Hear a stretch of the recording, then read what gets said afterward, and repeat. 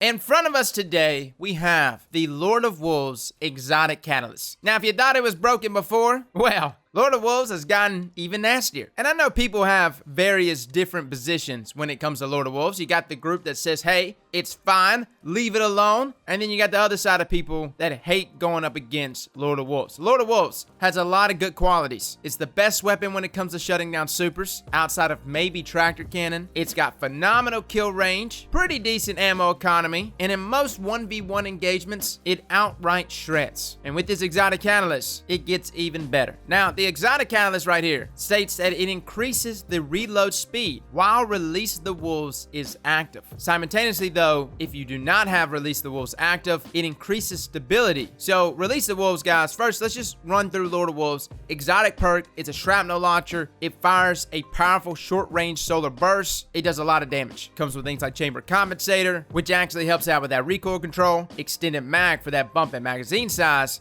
and then of course the trait Release the Wolves. Hold your reload button to swap to a longer, more powerful burst. So essentially when you shoot Lord of Wolves, you shoot 5 bullets at a time. Then if you go to Release the Wolves by simply holding your reload button, you now shoot 10 bullets at a time. Pretty nice gig. I mean, you're like doubling your DPS for just holding down the reload button. Now I think the issue for console players and controller players was the stability for Lord of Wolves was lacking. Now we actually made a console review for Lord of Wolves. It got a little nutty, not gonna lie. It was still good. Now obviously it's more dominant in the hands of a mouse and keyboard player. It's much easier to control that recoil, but the stability buff that's handed to Lord of Wolves with this Exotic Catalyst without Release the Wolves active results in the weapon being stable for both controller users and mouse and keyboard users. Actually, the stability, if I can equate it to anything, feels like Lord of Wolves and Frontal Assault together. Frontal Assault, guys, is a perk found on Bottom Tree Striker, which greatly increases the stability of your weapons. Greatly. Your weapon, like, doesn't move, which is kind of what Lord of Wolves is doing here. But the problem is, if you really want to use Lord of Wolves in its most overpowered state, you're going to want to use it with Release the Wolves. For both PvP and for PvE. Yes, it's harder to control. It's got a lot of recoil. And despite the big stability buff that's given to us without Release the Wolves, if you want to win out in every shotgun engagement, if you want to cross-map people with ease, if you want to piss some people off that are trying to get through competitive, Lord of Wolves with Release the Wolves, it'll do it, man. It will tilt some people. I have never had so many people bag me in my life. You put on a Lord of Wolves, at least on PC, oh, people are going to be dropping the nuts. Now, obviously, the buff handed out to reload speed doesn't necessarily benefit us in PvP. But let's be frank, Lord of Wolves does not need any more benefits in PvP. Inside of PvE, though, my God, that reload speed